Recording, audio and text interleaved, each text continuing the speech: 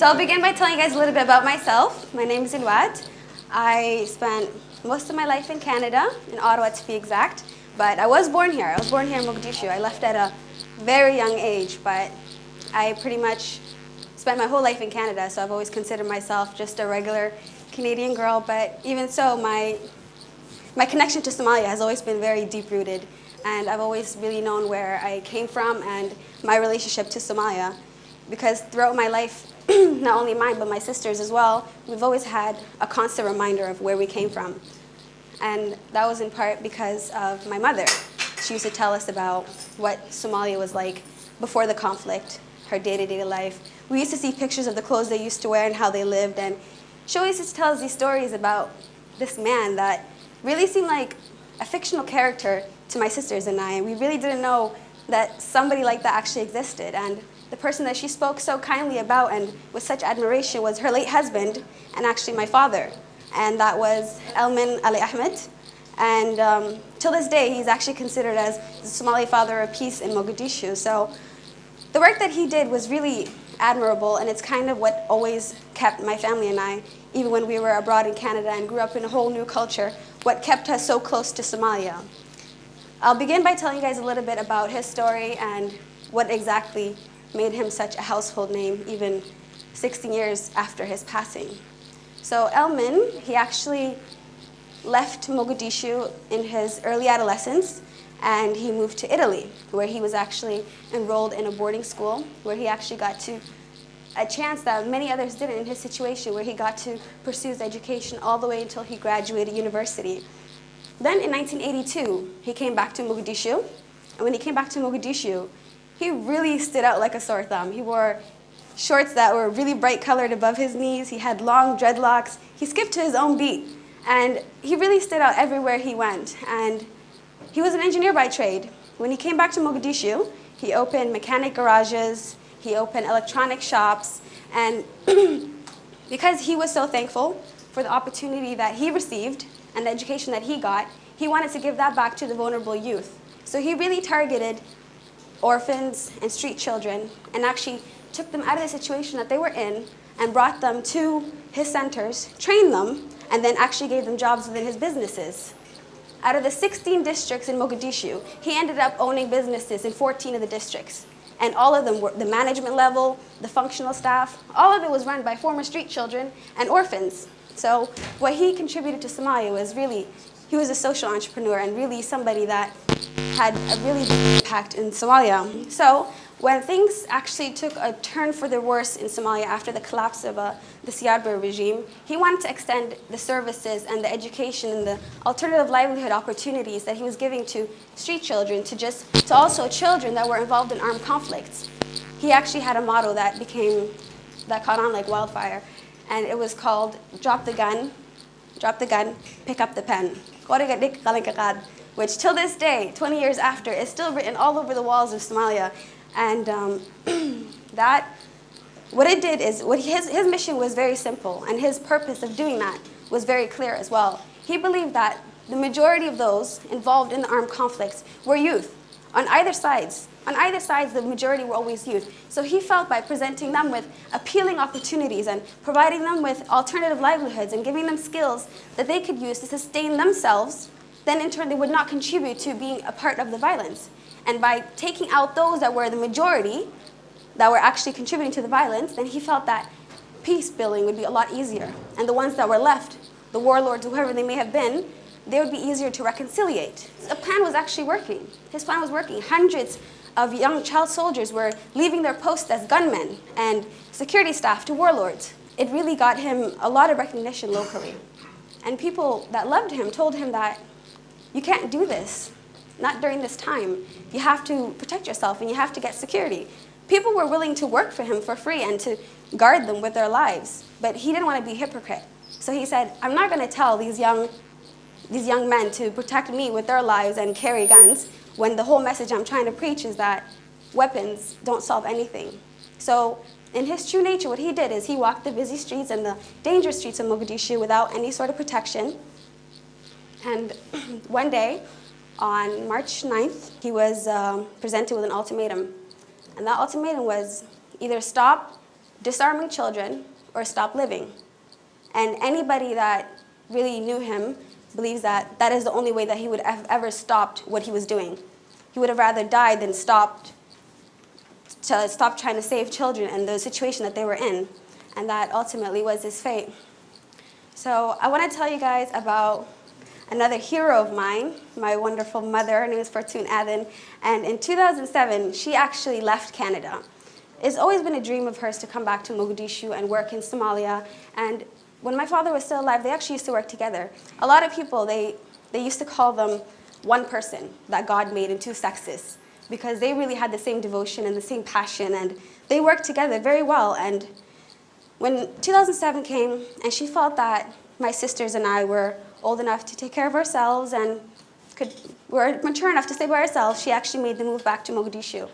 And she came to lead the organization that is now known as Elman Peace and Human Rights Center. She came back in 2007, and she really stuck to a lot of the principles that were originally incepted by my father, such as sticking true to child protection and making sure to uphold and promote human rights for all people, regardless of anything. What she was also able to do is expand the services outside of just Mogadishu.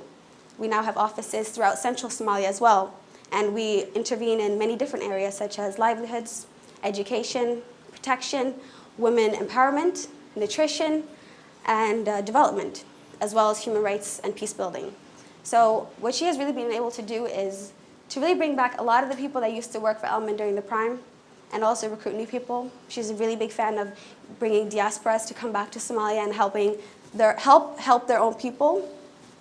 So when my mother came back here, she really made a really big impact on me, and I saw that a lot of people say that it's in my genes to do humanitarian work because of my mother and my father, but to me, it makes sense. It makes sense, and I feel like this is something that I need to be a part of.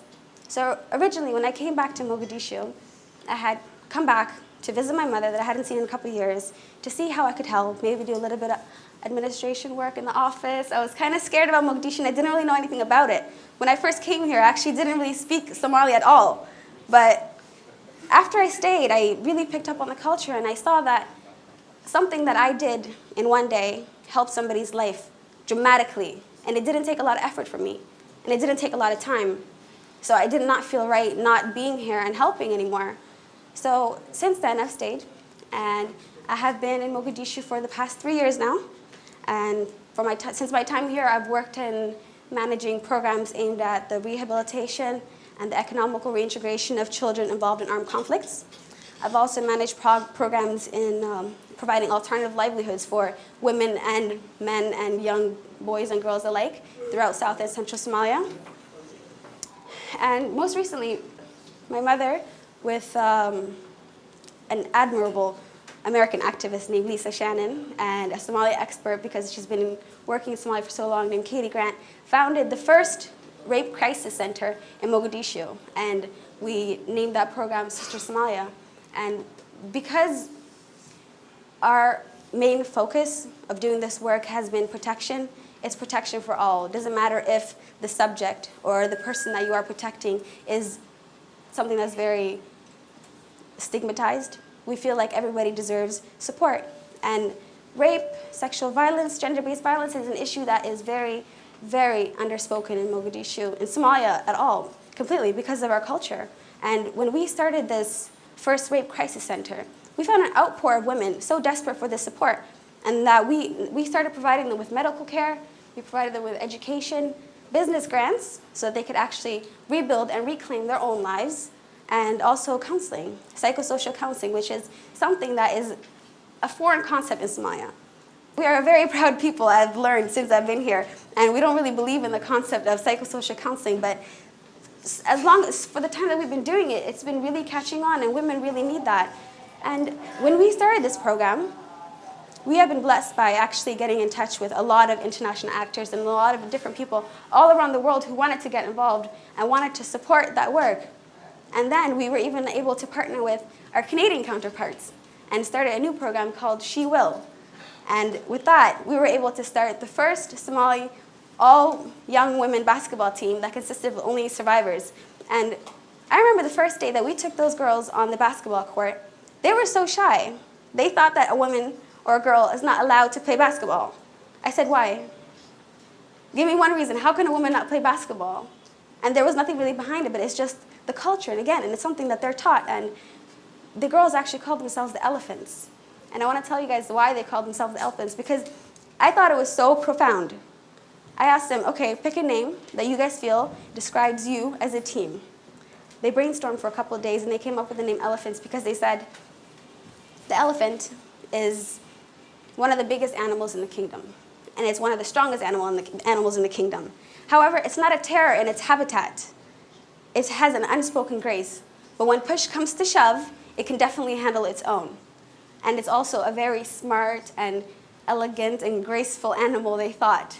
So all those characteristics, they felt them as survivors of violence and having been through oppression and being stigmatized and ostracized out of society, that this was the perfect symbol for them.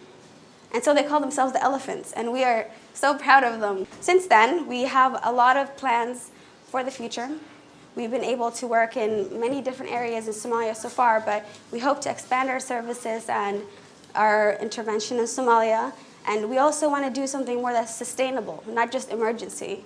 And I feel like by being here today at the rebirth of Mogadishu, it is so appropriate. I mean, right now, I've been here for 3 years, and I feel like this is the time that we need to be having the rebirth of Mogadishu. Things have changed dramatically.